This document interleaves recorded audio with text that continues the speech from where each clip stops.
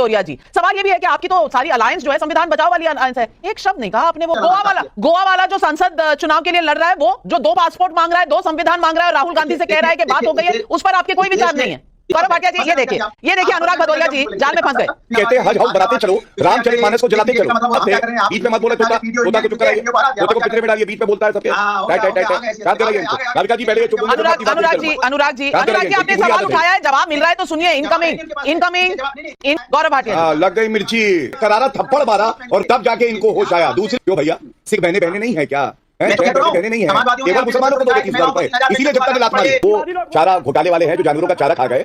और अभी आपने देखा था किस तरह से नवरात्रों में मछली दिखा के खा रहे थे। सावन में ये लोग जो है मटन बनाते हैं। क्या बवासीर मत बोल, दवाई दो इनको भाई। क्यों है मुंह का बवासीर? अभी बोल रहे थे, सुन रहे थे तुम्हारी बात। अब तुम्हें क्या हो गया? हम लोग आगे बढ़ गए, तुम पीछे रह गए। भैंस के साथ चारा खा गए।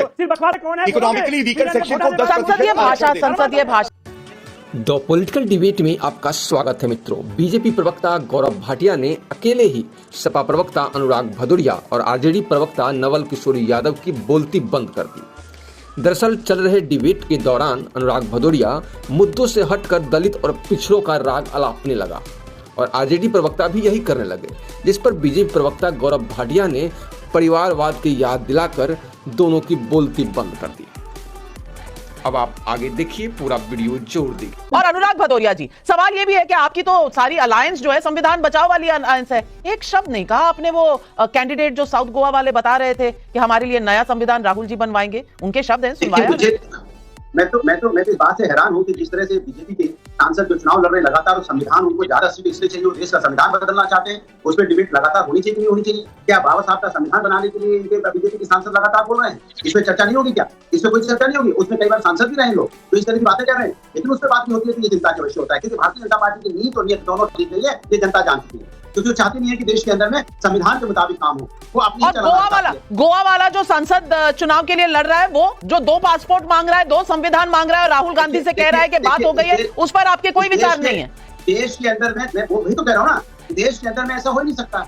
और जो ये कहता है उसके मतलब वो गलत है, तो आपके बीजेपी के सांसद गलत कह रहे तो आप बोलिए ना ममता जी, बीजेपी के सांसद गलत है, बीजेपी गलत पार्टी है, बोलिए आप। आपने बड़ा बोल दिया राहुल गांधी ने जो कहा। गौरव भाटिया जी, ये देखिए अनुराग भदौरिया जी जाल में फंस गए। बीजेपी के सांसद जो कुछ भी बोलने चल जाएगा, जो गलत बोलेंगे वो गलत है। देखिए ऐसा है, सस्पेंड कीजिए, बोलिए आप सस्पेंड कीजिए उन बीजेपी को, जो सांसदों ने बोला है उनको बोलिए नहीं हमारे कैंडिडेट नहीं है। नाम बताइए, नाम बताइए, दोष बताइए।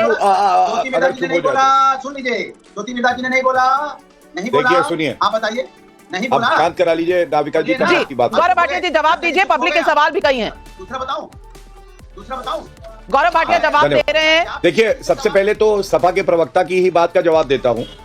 सपा के प्रवक्ता को तो पहले यह बताना चाहिए पिछड़ों की बात अखिलेश यादव किस मुंह से करते हैं।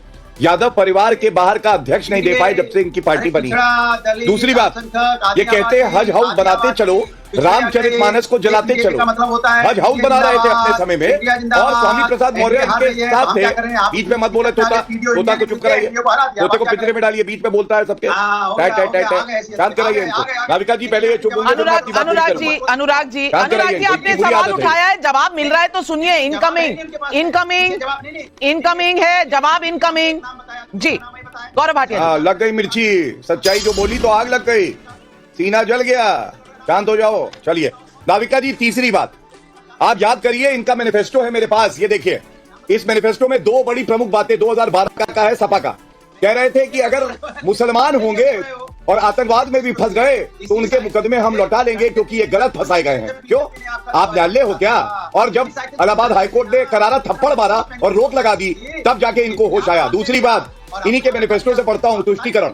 कक्षा 10 पास मुस्लिम बालिकाओं को आगे की शिक्षा ग्रहण करने अथवा विवाह हेतु 30,000 रुपए के अनुदान का प्रावधान किया जाएगा। क्यों भैया, सिख बहने नहीं है क्या? बहने नहीं है, केवल मुसलमानों को दोगे 30,000 रुपए, इसीलिए जनता ने लात मारी। और अब मैं AIMIM पे बात कहता हूँ। AIMIM के अजहरुद्दीन कह रहे थे ये मुल्क हमारा था, है और रहेगा। ये मुल्क ना गद्दारों का था, ना है और ना होगा। और सुनो, अपने नाम से मुस्लिमीन हटा के देखो, तब जाके 2 सीटों से बढ़ पाओगे। अपनी पार्टी के नाम में मुस्लिमीन रखते हो और पद निरपेक्षता का हमें पाठ पढ़ाते हो। और तुम तो ऐसे सांप हो जो बोल चुका है संसद में मुसलमानों की बर्बादी के कानून बनते हैं। मैं पूछना चाहता हूं नाविका, ऐसे 2 मुहैया सांपों को कौन संसद भेजेगा जो हमारी संसद में कहता है मुसलमानों की बर्बादी के कानून बनते हैं? सवाल आज पब्लिक भी उठा रही है। अतुल कुमार सोनी का बिलासपुर छत्तीसगढ़ से सवाल है, विपक्ष जातिवाद और तुष्टीकरण की राजनीति करके क्या देश की जातियों और धर्मों में बांटकर मतभेद पैदा करने की कोशिश नहीं कर रहा? दीवान अरोड़ा का सोनीपत से सवाल है, कांग्रेस के लिए संविधान समय समय उनकी सुविधा अनुसार बदल क्यों जाता है? मुरारी लाल का मुंबई से सवाल है, आपके गोवा के नेता ने कहा कि संविधान जबरदस्ती लागू किया गया और आपके मैनिफेस्टो में मुस्लिम लीग का एजेंडा है, कांग्रेस बता दे कि उनकी इच्छा क्या है। तो पहले सवाल का जवाब नवल किशोर जी आपसे लूंगी और फिर बाकी सबसे। देखिए, जातिवाद और धर्म की जब आप बात करेंगे तो ये देश का सच्चाई है। जहां तक राजनीति की बात है, आप पिछले 10 साल का भाजपा का पूरा राजनीतिक चरित्र देख लीजिए। प्रधानमंत्री आए, जात बताए, 2 राष्ट्रपति चुने गए, उनके जात बताए गए, कैबिनेट का बताया गया कितना % ओबीसी है। आप किस बात पर चर्चा करना चाहती हैं?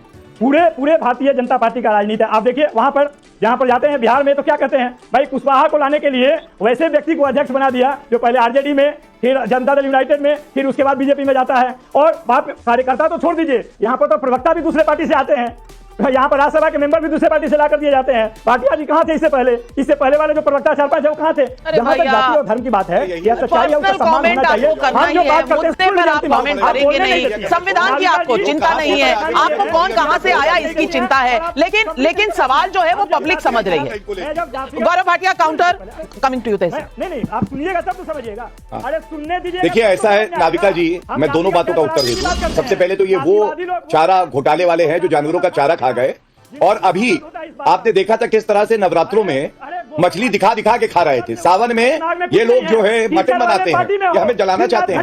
अरे ये जो आक्रोश जनता में है, बीच में ना बोलो, मुंह का बवासीर, बीच में मत बोलो, दवाई दो इनको भाई। क्यों है मुंह का बवासीर? अभी बोल रहे थे, सुन रहे थे तुम्हारी बात। अब तुम्हें क्या हो गया? हम लोग आगे बढ़ गए, तुम पीछे रह गए हैं। भैंस के साथ चारा खा गए, चारा घोटाले वाले। नाविका जी, संविधान की बात हो रही थी, मैं एक बात जरूर कहूंगा। नरेंद्र मोदी जी ने संविधान बदला तो जनता के हित के लिए बदला, आपातकाल नहीं लगाया इंदिरा गांधी की तरह। इकोनॉमिकली वीकर सेक्शन को 10% संसदीय भाषा मैं सबसे अनुरोध करूंगी, संसदीय भाषा रखें और संसदीय बिहेवियर भी रखें। नवल किशोर यादव जी, आप तो प्रोफेसर हैं, आप तो प्रोफेसर साहब। तो मित्रों, कैसा लगा ये डिबेट? अपने विचार कमेंट में जरूर लिखिए, वीडियो को लाइक करें, शेयर करिए, और अगर पहली बार हमारे चैनल पर आए हैं तो चैनल को सब्सक्राइब करने के साथ बेल आइकन जरूर प्रेस कर लें ताकि नए वीडियो की नोटिफिकेशन आपको मिलती रहे। तो फिर मिलते हैं एक नए वीडियो के साथ, तब तक के लिए जय श्री राम।